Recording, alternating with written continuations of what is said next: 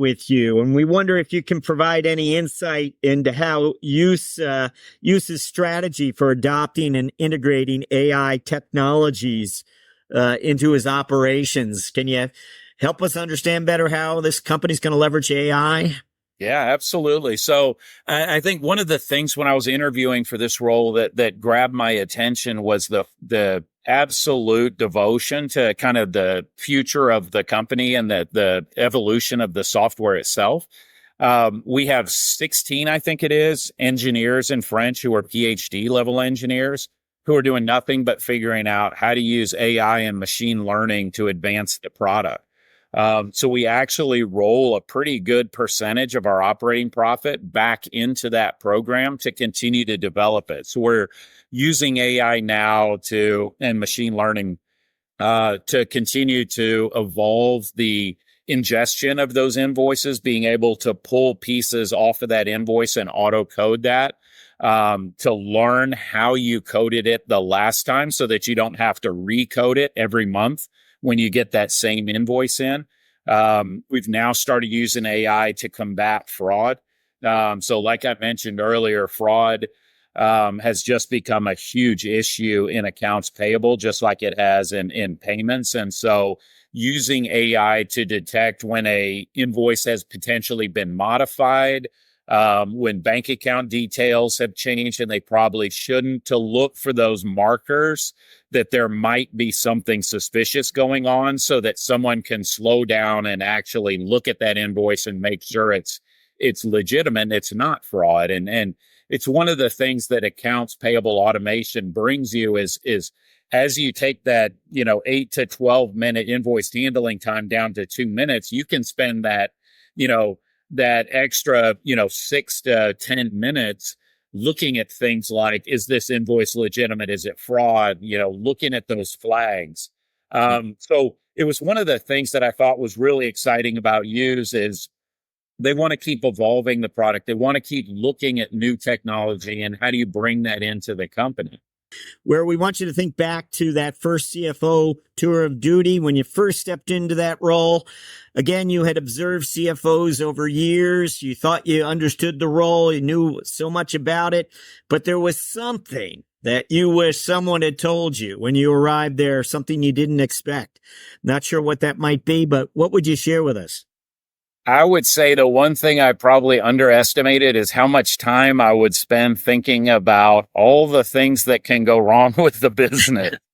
When you're in the CFO role, risk mitigation is a huge part of the business. You're always thinking about what happens if there's a slowdown in the economy. What happens if the company gets hacked? What happens if a major customer leaves or a major partner leaves. And so you're always thinking about how each of these things impacts the business and how do you mitigate those losses.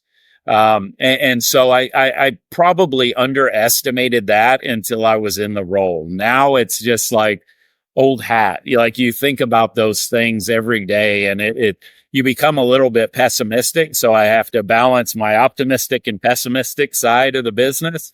And always think about, focus on how do we, support the growth of the business while kind of mitigating those risks. And that was one of those things that I think, until you're really in the role, you don't really think about that. Somebody else is thinking about it for you. Where we're going to ask you to look forward finally. And we're interested about the coming 12 months and what your priorities may be as a CFO. What would those be?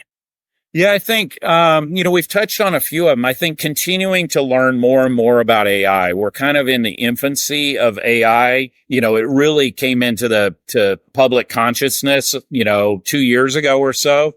And I think we've seen massive advances in AI since. I think we'll continue to see that over the next, 5 to 10 years. And staying ahead of that curve is really important to me. So I try to spend a lot of time understanding where that's going, how I can use that. In one of my early jobs, the CEO of the company said, technology changes 100% every 5 years. And his thought was, if you're not changing 25% per year, you're either at the curve or you're behind the curve. And so So I've always strived. It's stuck with me. It's been, 18 years since he told me that, and it's stuck with me, clearly.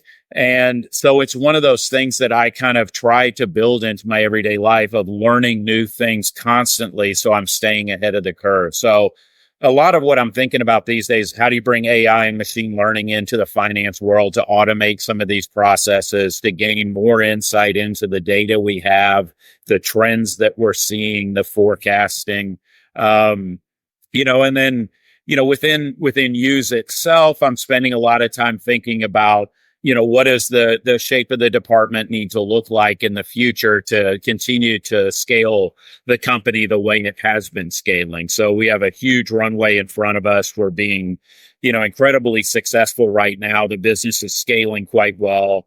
We're looking at, putting in a new ERP system and adding some resources to bring accounting internal. Right now it's outsourced. So there's a lot of those things that I've been very focused on and will continue to focus on over the next 12 months. All right. A lot going on there, John. Thank Yeah. you for joining us on CFO Thought Leader. Absolutely. Thank you very much for having me.